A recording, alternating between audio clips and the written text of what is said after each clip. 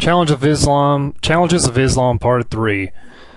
Apologize in advance for any voice quality issues here. This will be about the third time I've tried to record this presentation. So hopefully everything will go through okay. We're going to cover the pragmatic, the administrative challenges of Islam, and the pragmatic challenges of Islam, with some subtopics included.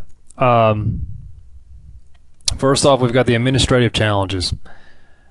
Muhammad stated that Islam is a religion and a state, and he intertwined both, making them inseparable. Muhammad himself claimed authority from top to bottom in the budding Islamic entity, including prophetic office, supreme legislator, judge, commander-in-chief of the armies, and finally, as the head of the Muslim community. He established a state, he sent armies, conquered his enemies, and collected taxes. He regulated the conduct of his followers by legislating their behaviors in almost every aspect of their public and private lives, both in relation to one another and in relation to non-Muslims. So, as stated before, Islam is neither a religion in the Western sense of the word, nor is it a faith. It is an all-encompassing system. We stated that it's an all-encompassing system in earlier presentations, which was in part 1 or 2. Let's look at the view of life and religion by a Muslim.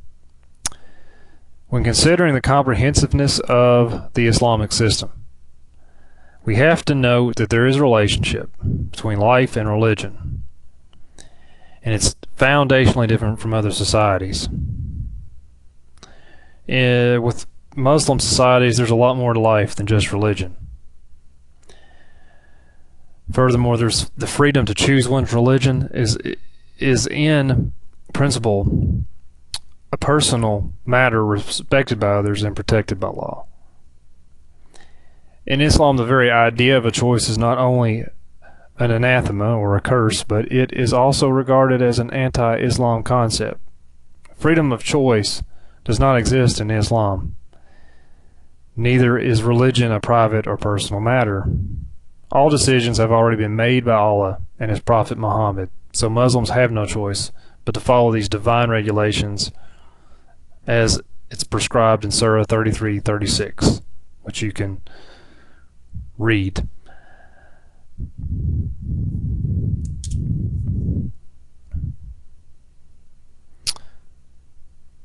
So next up, we're going to look at a diagram that helps explain this view better.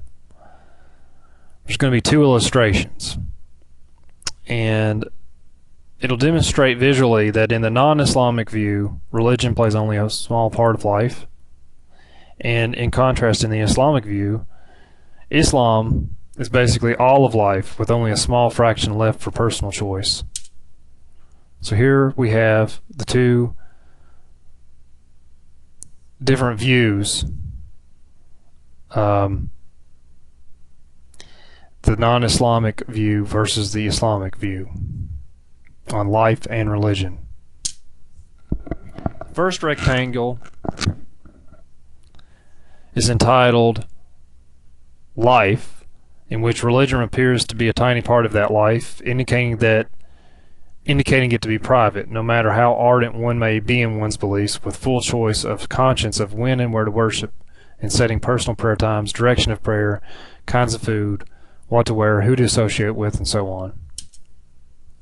Now consider this rectangle and compare. The Islamic view is the whole rectangle, whereby it is a religious system, and life is a minuscule part of it. According to the Islamic worldview, religion is everything.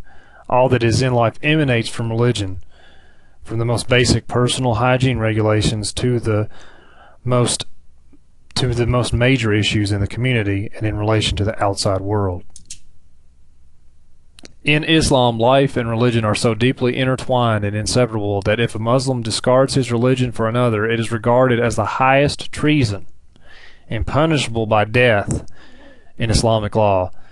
This is the driving principle behind what I have termed the administrative challenge, which is the ability to control the Islamic population within the Islamic State and to prevent Muslims from being liberated from the resulting physical and spiritual oppression.